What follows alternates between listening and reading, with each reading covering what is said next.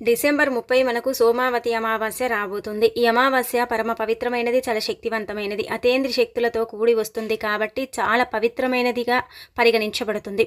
కాబట్టి ఏంటంటేనండి, మర్చిపోకుండా వేప చెట్టు దగ్గర ఇది పడేయండి.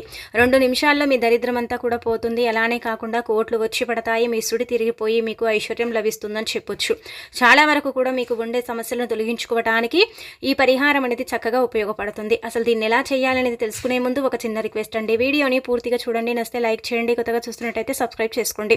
నార్మల్గా ఏంటంటే కనుక మనకు ఈ సంవత్సరంలో అండి చివరి అమావాస్య ఏంటంటే కనుక సోమవారంతో కూడి వస్తుంది. సోమవారం అమావాస్య వచ్చిందంటే దాన్ని సోమావతి అమావాస్యగా పరిగణిస్తారు. ఈ అమావాస్య రోజున మనం ఏది చేసుకున్నా కానీ మనకు బాగా కలిసి వస్తుందని వేద పండితులు కూడా చెబుతున్నారు. ముఖ్యంగా వేప చెట్టు గురించి మనం ప్రత్యేకించి చెప్పుకోవాలంటే వేప చెట్టు దేవతా వృక్షంగా పరిగణించబడుతుంది.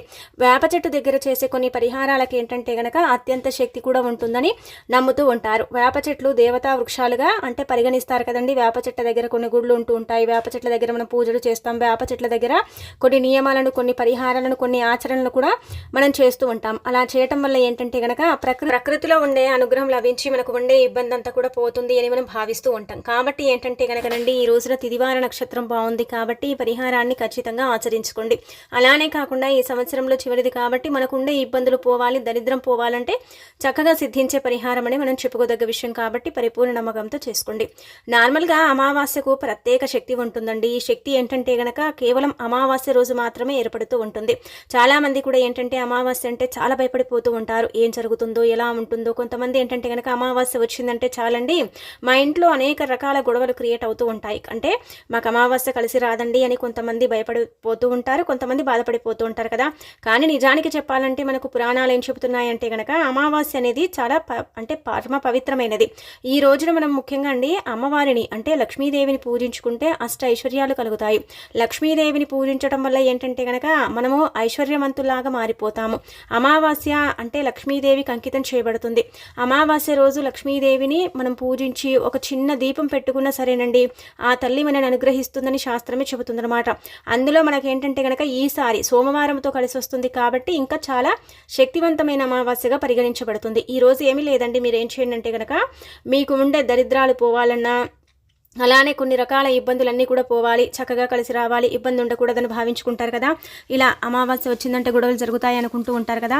అలాంటి వాళ్ళు ఈ రోజున అంటే మంచి తిదివార నక్షత్రంతోనే మనకు అమావాస్య ఏర్పడుతుంది కాబట్టి మీరేం చేయండి అంటే కనుక ఉదయాన్నే లేచి శుచిగా స్నాన కార్యక్రమాలు చేసుకోండి. ఆ తర్వాత దగ్గరలో ఉండే శివాలయానికి వెళ్ళండి, అంటే ఇంట్లో దీపారాధన చేసుకుని శివాలయానికి వెళ్ళండి. సోమవారం అమావాస్య వచ్చింది కాబట్టి శివపార్వతులను పూజించుకుంటే చాలా మంచిది.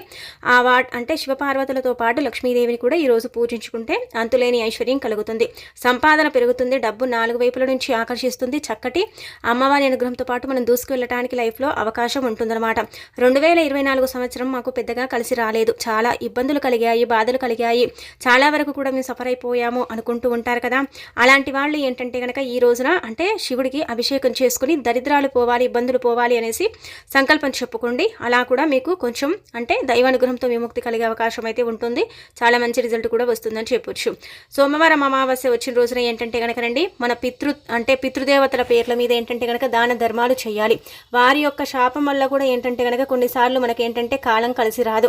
కాలం కలిసి రాక మనం చాలా ఇబ్బంది పడిపోతూ ఉంటాము. పితృదేవతలకు ఏంటంటే కనుక దానం చేయటం అంటే ఏమీ లేదు, వారి పేరుని తలుచుకుని మనం డబ్బుని కానీ ఆహార పదార్థాలను కానీ ఇలా ఏంటంటే కనుక అన్నదానం కానీ చేస్తే చాలా మంచిదన్నమాట. అద్భుతాలను చూసే అవకాశం ఉంటుందని కూడా పురాణాలు చెబుతున్నాయి కాబట్టి ఈ విధంగా కూడా మీరు ఆచరించవచ్చు. ఇక ఆ తర్వాత ఏంటంటే కనుక ఇలా చిన్న చిన్న నియమాలను ఆచరించండి. ముఖ్యంగా అమావాస్య తిథి రోజున ఏంటంటే కొన్ని పనులను మనం అస్సలు కూడా చేయకూడదు. ప్రాణం పైన ఈ పనులు చేస్తే మాత్రం దరిద్రం పట్టి పీడించి సర్వనాశనం చేసేస్తుందన్నమాట.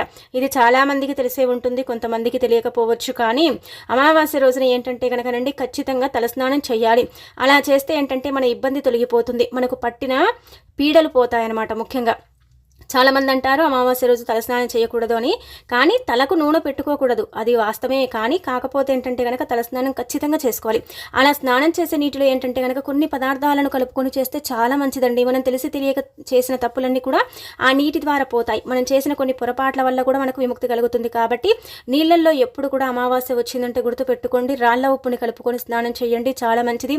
దానితో పాటు కర్పూరం నూనె అని దొరుకుతుంది, కర్పూరం ఆయిల్ అంటారు, అది దొరికితే అది 2 డ్రాప్స్ వేసుకొని అలా కూడా స్నానం చేయండి. ఇలా ఈ 2 కలిపి ప్రతి అమావాస్యకు స్నానం చేస్తే ఏంటంటే కనుక పట్టి పీడిస్తున్న పీడల నుంచి విముక్తి కలగటానికి అవకాశం ఉంటుంది.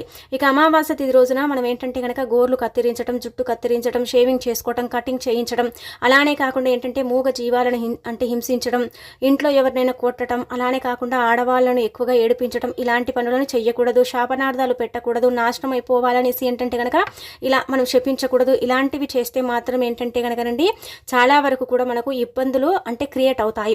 కష్టాలను మనమే కోరి తెచ్చుకున్న వారం అవుతాం. కాబట్టి అమావాస్య రోజున ఈ జాగ్రత్తలను మీరు తప్పక పాటించండి. అలానే అమావాస్య రోజున నల్లటి వస్త్రాలను ఎప్పుడు కూడా ధరించకూడదు. మనకి ఎంత ఫేవరెట్ అయినా సరే నల్లటి వస్త్రాలు ఏంటంటే అమావాస్యకు ధరించకూడదు. మనం ఏంటంటే చెడుని కొని తెచ్చుకున్న వారం అవుతాం. కాబట్టి నల్లటి వస్త్రాలకు దూరంగా ఉండండి. ఆ తర్వాత అమావాస్య రోజునండి నాన్ వెజ్ని అస్సలు కూడా తినకూడదు. అలానే మద్యపానం ఇలాంటివి ఏంటంటే కనుక నిషేధించాలి. ఇవి నిషేధిస్తేనే చాలా మంచిది. పితృతర్పణాలు వదలటం, పితృదేవతలకు నమస్కారం చేసుకోవటం, పితృదేవతల్ని పూజించటం, పితృదేవతల్ని ఆరాధించటం ఇలా చేయాలి. మీరు దేవతలకు తర్పణాలు వదలటం ఇష్టం లేకపోతే కొన్ని నల్ల నువ్వులను తీసుకుని అంటే పారే నీళ్ళు ఉంటాయి కదా అక్కడికి వెళ్ళేసి పితృతర్పణాలు వదులుకున్న మంచి ఫలితాలు అయితే ఉంటాయన్నమాట. ఇలా ఈ విధంగా చిన్న చిన్న నియమాలను ఆచరించుకుంటూ ఈ అమావాస్య రోజున పరిహారాలు చేసుకుంటే బాగా కలిసి వస్తుంది. అమావాస్య ఎందుకు కలిసి రాదంటే కనుకనండి మనం చేసే తప్పుల వల్లనే అమావాస్య మనకు కలిసి రాకుండా పోతుందని పురాణాలు చెబుతున్నాయి. కాబట్టి ఇలాంటి నియమాలను ఆచరించేసుకుని మీరు ఏంటంటే కనుక చక్కగా పరిహారం చేయండి. ఖచ్చితంగా అమావాస్య కలిసి వస్తుంది. అమావాస్య ఎప్పుడు వస్తుందని మీరే ఎదురు చూసేంత అంటే రోజు కోసం ఉంటుందని ఒక రకంగా చెప్పాలన్నమాట. అందుకే ఎప్పుడు కూడా అమావాస్య మనకు ఏంటంటే చాలా వరకు కూడా చెడుని తీసేసి మంచిని తెచ్చిపెట్టడానికి మాత్రమే అమావాస్య ఉపయోగపడుతుంది. అందుకే చాలామంది అమావాస్య కోసం ఎదురు చూస్తూ ఉంటారు. ఇక ఆ తర్వాత మనం చూసుకున్నట్టయితే ఇప్పుడు చెప్పి పరిహారం చేసేసుకోండి సరిపోతుంది. ఈ పరిహారానికి ఏం కావాలంటే గనక 2 లవంగాలు కావాలి. లవంగాలు ఏంటంటే గనక మానవుడి యొక్క బాధని తీసేయటానికి, మానవుడిలో ఉండే సగానికి సగం దరిద్రం తీసేయటానికి, అద్భుతాలను సృష్టించి ఐశ్వర్యాలను అంటే కలిగింపబడేలాగా చేయటానికి లవంగాలు ఉపయోగపడతాయి. ఒక రకంగా చెప్పాలంటే లవంగాలు లక్ష్మీదేవికి ఇష్టమని చెబుతూ ఉంటాయి కొన్ని శాస్త్రాలు. ఎందుకంటే ఆ తల్లి సుగంధ ద్రవ్యాల్లో లవంగాలను, యాలకులను ఎక్కువగా ఇష్టపడుతూ ఉంటుంది. ఇవంటే అమ్మవారికి ఇష్టం. అందులో ముఖ్యంగా లవంగాలు కష్టాలను తీసేస్తాయి. అనేక రకాల బాధల నుంచి మనకి ఏంటంటే కనుక విముక్తి కలిగిస్తాయి. కొన్ని రకాల ఇబ్బందులను కూడా తుడిచి పోగొట్టేలాగా చెయ్యటానికి లవంగాల పరిహారం అనేది ఉపయోగపడుతుందన్నమాట. వేప చెట్టు గురించి మనం చెప్పుకున్నాం కదా. వేప చెట్టు దేవతా వృక్షంగా పరిగణించబడుతుంది. వేప చెట్టు ఏంటంటే కనుక అతీత శక్తితో ఉంటుంది. కాబట్టి వేప చెట్టు చాలా పవిత్రతను కలిగి ఉంటుంది. అమావాస్యకు ఇంకా వేప చెట్టులో కొన్ని ఏంటంటే కనుక శక్తులు యాక్టివేట్ అవుతాయి. అలానే కాకుండా ఏంటంటే వాటి దగ్గర మనం పడేస్తాం కదా కొన్ని వస్తువులు, అంటే ముఖ్యంగా ఈ లవంగాలు వేప చెట్టు దగ్గర మనం పడేసామనుకోండి మనకు అద్భుతాలు జరుగుతాయన్నమాట. అద్భుతాలు జరిగి మన తలరాత సైతం మారిపోతుంది. మనకుంటే దరిద్రం 2 నిమిషాల్లో పోతుంది. అలానే కాకుండా ఏంటంటే కనుక మనకు చక్కటి యోగాలు సిద్ధిస్తాయని కూడా ఒక రకంగా చెప్పొచ్చు. మీరు ఏం చేయండి అంటే కనుక గుర్తుపెట్టుకోండి, 2 లవంగాలను తీసుకోండి. ఇంట్లోనే స్నాన కార్యక్రమాలు చేసుకుని దీపారాధన చేసుకుని ఆ తర్వాత చక్కగా సంకల్పం చెప్పుకోండి. అంటే ఇప్పుడు మనం నార్మల్గా ఏం చేస్తామండి, ఇరుగువారు పొరుగువారు బాగుపడుతున్నారు, మాకు ఎక్కువగా ధన సమస్యలు వస్తున్నాయి, ఎప్పుడు చూసినా ఏదో ఒక రకంగా బాధలతో ఇబ్బందులతో మా జీవితము చాలా వరకు కూడా తలకిందులుగా మారిపోతుంది, ఎప్పుడు చూసినా కానీ మా జీవితంలో కన్నీళ్ళు కష్టాలు తప్ప ఇంకా ఏమీ లేదని చాలామంది బాధపడిపోతూ ఉంటారు కదా. అలాంటి వాళ్ళు సంకల్పం చెప్పుకోవాలన్నమాట. లవంగాలను చేతిలో పట్టుకొని ఇలా సంకల్పం చెప్పుకోవాలి. మేము కూడా బాగుపడాలి, మా జీవితంలో మేము ఎదగాలి, మా కష్టాలు కన్నీళ్ళు దూరమైపోవాలి, మేము పట్టిందల్లా బంగారం లాగా మార్చుకోవాలి. 2024 సంవత్సరం మాకు అంతగా కలిసి రాలేదు, ఈ సంవత్సరమైనా సరే కొత్త సంవత్సరం బాగా కలిసి వచ్చి మా ఇబ్బందులన్నీ కూడా పోయి మాకు దైవానుగ్రహం పుష్కలంగా కలగాలి అనేసి సంకల్పం చెప్పుకోండి. గుర్తుపెట్టుకోండి, మీరు చెప్పే సంకల్పం పైనే పరిహారం అనేది సిద్ధింపబడుతుందన్నమాట. అలానే కాకుండా ఏంటంటే కనుక అలా పరిహారం సిద్ధింపబడి మనకు చక్కటి యోగాన్ని అంటే సిద్ధించేలాగా చేస్తుంది. కేవలం ఈ పరిహారం చేసిన తర్వాత 2 నిమిషాల్లోనే మన దరిద్రాన్ని మనం పోగొట్టుకుని మనకు ఐశ్వర్యం కలిగించుకునేలాగా ఉపయోగపడే పరిహారం ఈ పరిహారం. లవంగాలు అందరి దగ్గర ఉంటాయి కాబట్టి వాటిని తీసేసుకుని పరిహారం కిందికి మనం ఉపయోగించుకుంటే మంచి ఫలితం అయితే ఉంటుంది. కానీ లవంగాలను తీసుకునేటప్పుడు ఖచ్చితంగా పువ్వుండేలాగా చూసుకోవాలి. అలాంటప్పుడే ఫలితాలు ఎక్కువగా ఉంటాయి. అలానే కాకుండా ఏంటంటే కనుక లవంగాలకు పువ్వు లేకపోతే అవి పరిహారానికి పెద్దగా పనిచేయవు. వాటితో పరిహారం చేసినా కానీ మీకు ఫలితం రాదు.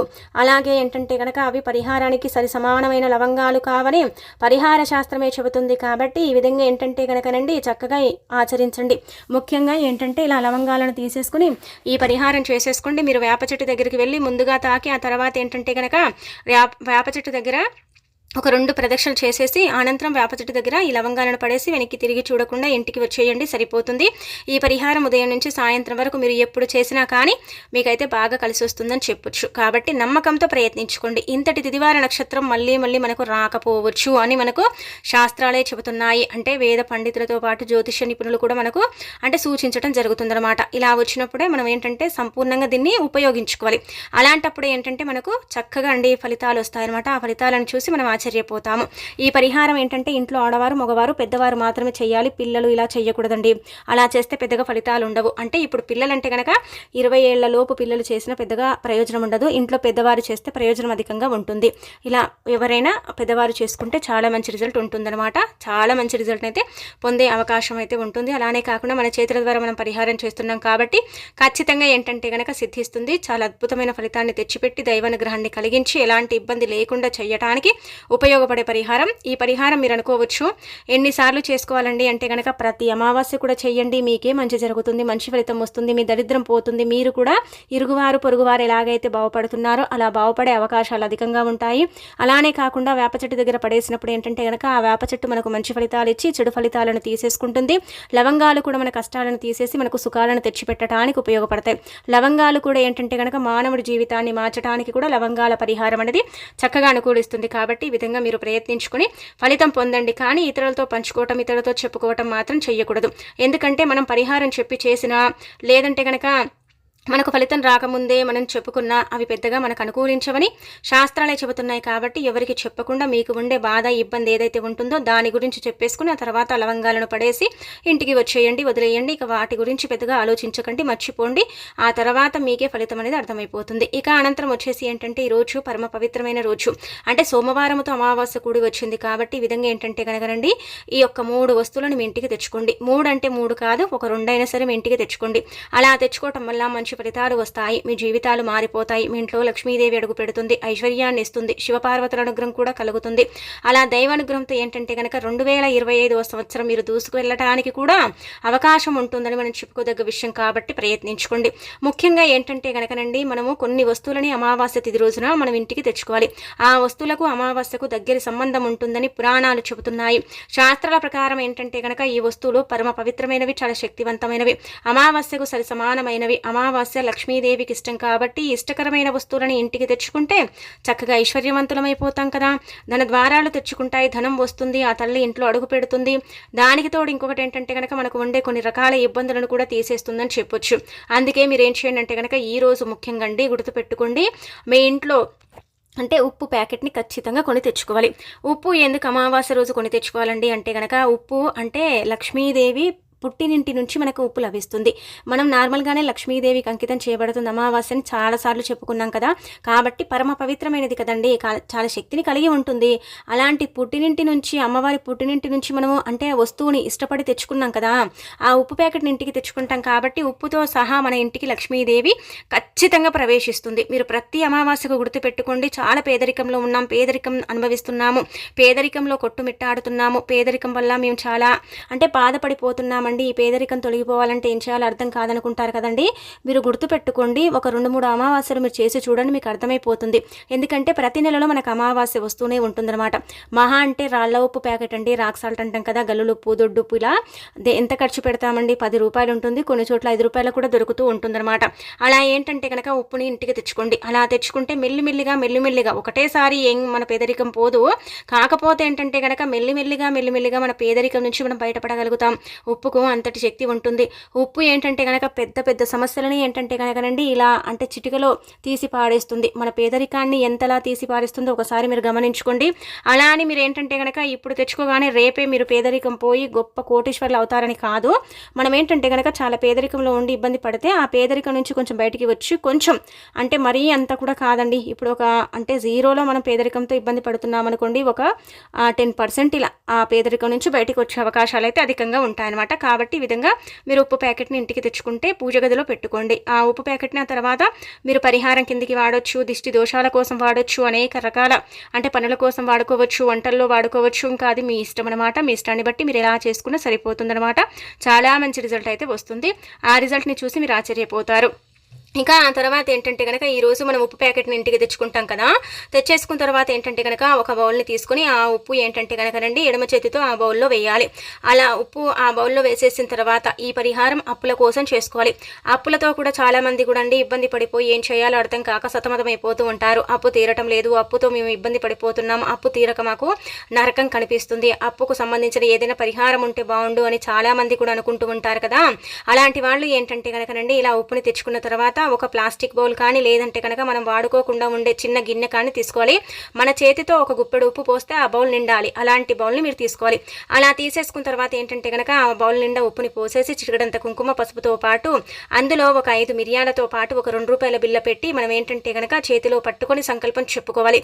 అలా చెప్పేసుకున్న తర్వాత ఏంటంటేనండి చక్కగా దాన్ని తీసుకెళ్లి వేప చెట్టు మొదట్లో గోతిని తీసి పాతి పెట్టి అప్పు తీరాలని సంకల్పం చెప్పుకొని వెనక్కి తిరిగి చూడకుండా వస్తే మాత్రం ఖచ్చితంగా అప్పు తీరిపోతుంది. అలానే కాకుండా ఐశ్వర్యం కలుగుతుంది. ధనం ఏదో ఒక రూపంలో చేతికి అందుతుంది. డబ్బు లేక నరకం చూసే వారికి కూడా డబ్బు పుడుతుంది. అలా మనకేంటంటే కనుకనండి అప్పు తీరే మార్గాలను ఆ తల్లే మనకు చూపిస్తుంది.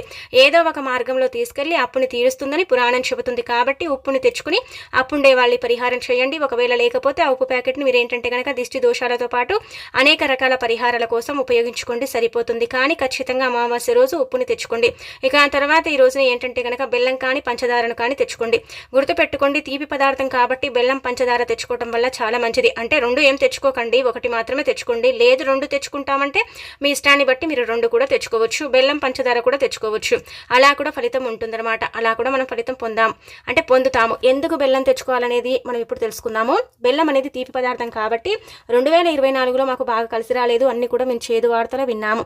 2025 సంవత్సరం మాకు బాగా కలిసి రావాలి అనుకునేవారు ఏంటంటే కనుక బెల్లాన్ని ఇంటికి తెచ్చుకుంటే మంచి గొప్ప శుభవార్తలు వినే అవకాశం అయితే ఉంటుంది. 2025 సంవత్సరం పట్టిందల్లా బంగారంలాగా మారటానికి అవకాశం ఉంటుంది. లక్ష్మీదేవి ఇంట్లో తిష్టవేసి ఐశ్వర్యంతో పాటు చక్కటి యోగాలను ఇస్తుంది. కాబట్టి బెల్లం కానీ పంచదార కానీ ఏదైనా సరే ఇంటికి తెచ్చుకోండి. చక్కగా మీకుండే ఇబ్బందితో పాటు మీకుండే కొన్ని రకాల సమస్యల్ని పోగొట్టుకోండి. అష్టైశ్వర్యాలను సిద్ధింపబడేలాగా చేసుకోండి. ఇక తిరుగు ఉండదండి.